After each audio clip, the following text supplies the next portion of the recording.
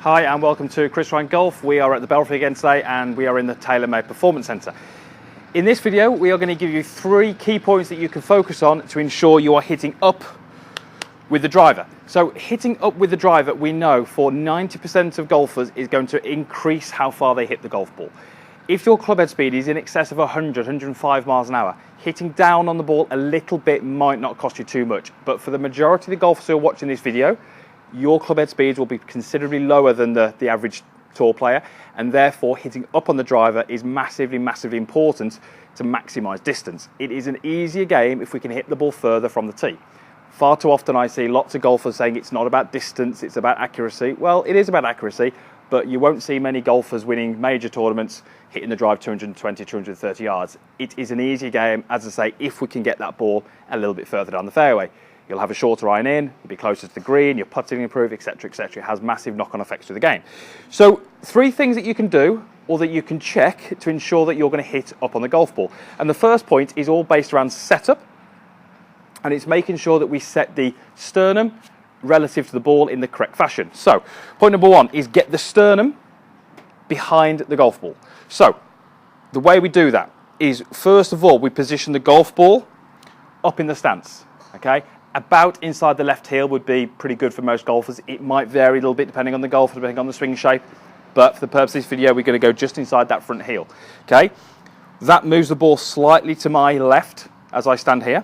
The second thing we're going to do is we're going to increase the width of the stance a little bit. That moves my sternum a little bit more to the right, and I'm going to make sure that when I set up, I've got a little bit more tilt away from the target with my upper body. Make sure this doesn't happen in the legs. We want to keep the hips and we want to feel that we tip the upper body away. So in this sort of position here, what I've done is I've set my sternum a good distance behind the golf ball. That is absolutely key.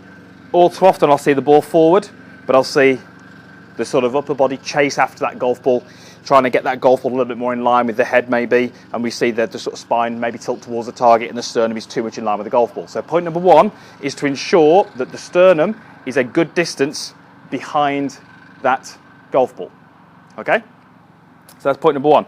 Point number 2 is to make sure that as we start down, we are increasing this amount of tilt in your upper body.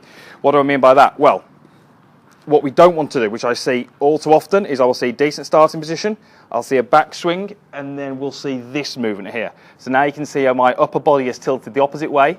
If anything, I've got a little bit more bend to my left.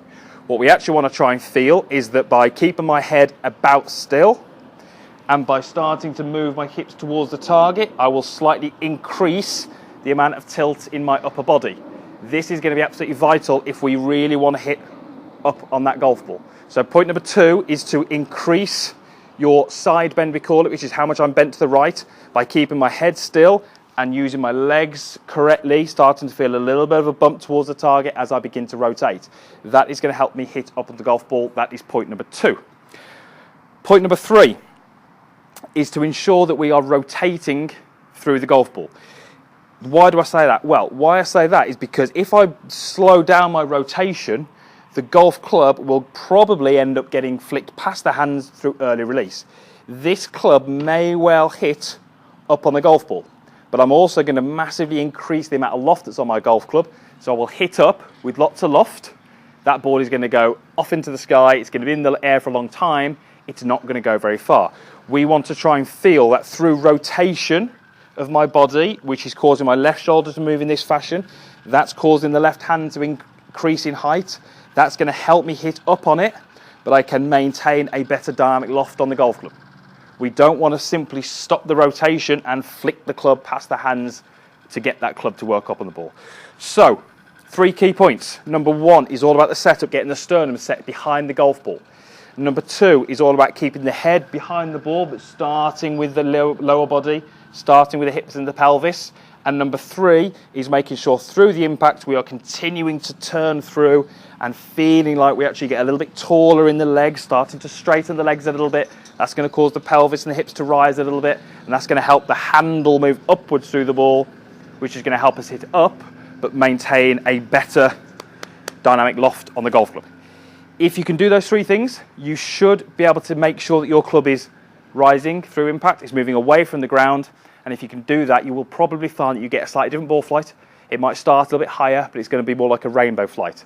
That's going to give you, hopefully, a few extra yards on the drive, shorter irons into the green, shorter putts, more birdies. That's the plan. Right, let's go ahead and hit one. So, sternum behind the ball, check number one, and I'm going to make sure I do the other two things in my golf swing as well.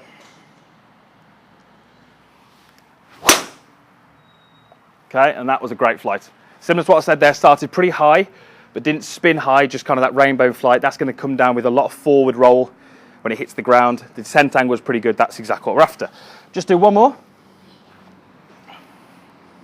Try this a little bit more up the left so you can see from a slightly different angle. So there's my setup. Sternum is nicely behind the ball.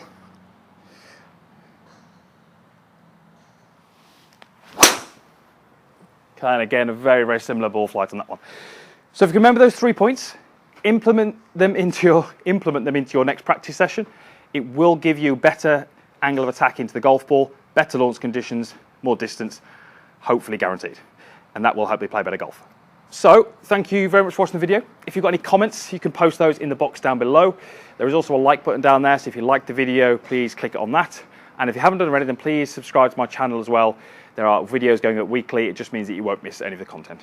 Okay, so thanks again for watching, and we'll see you again next time.